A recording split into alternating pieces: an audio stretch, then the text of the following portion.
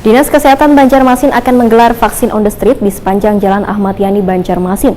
Vaksinasi yang dilaksanakan selawas 3 hari ini untuk mempercepat upaya booster atau vaksin ketiga dikarenakan COVID-19 jenis Omikron sudah mulai masuk ke Banjarmasin. Selain itu juga untuk menghabiskan persediaan vaksin jenis AstraZeneca yang masih tersisa di Dinas Kesehatan Banjarmasin. Dinas Kesehatan Banjarmasin akan menggelar vaksin on the street di sepanjang Jalan Ayani, Banjarmasin. Vaksinasi yang dilaksanakan selama 3 hari ini untuk mempercepat upaya booster atau vaksin ketiga dikarenakan COVID-19 jenis Omikron sudah mulai masuk ke Banjarmasin.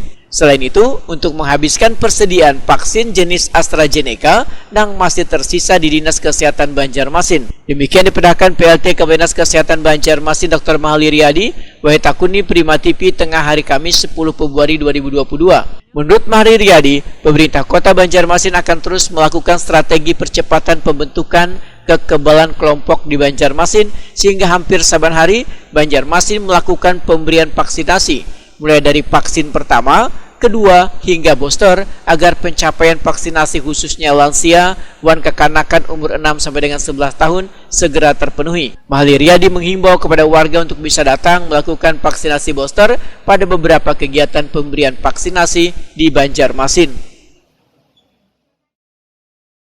Kita akan segera menghabiskan sisa AstraZeneca yang itu akan kita gelar pada hari Jumat, Sabtu, dan hari Minggu. Vaksin on the street, vaksin di Jalan Ayani di hari Jumat, Sabtu, dan hari Minggu. Kita lembur semua Dinas Kesehatan bersama teman-teman Puskesmas untuk menghabiskan vaksin dan mempercepat upaya booster sebagai langkah konkret melawan Omikron yang semakin menggila di Banjarmasin. Ya tentu kita harus melakukan strategi percepatan pembentukan kekebalan kelompok khususnya di Banjarmasin sehingga kita tiada hari tanpa vaksin. Ya, Jumat, Sabtu, Minggu on the street di Jalan Ayani kita akan gelar vaksin di depan kilometer 5,5 itu akan kita gelar beberapa meja. Silahkan warga masyarakat umum untuk booster ya di Jalan Ayani.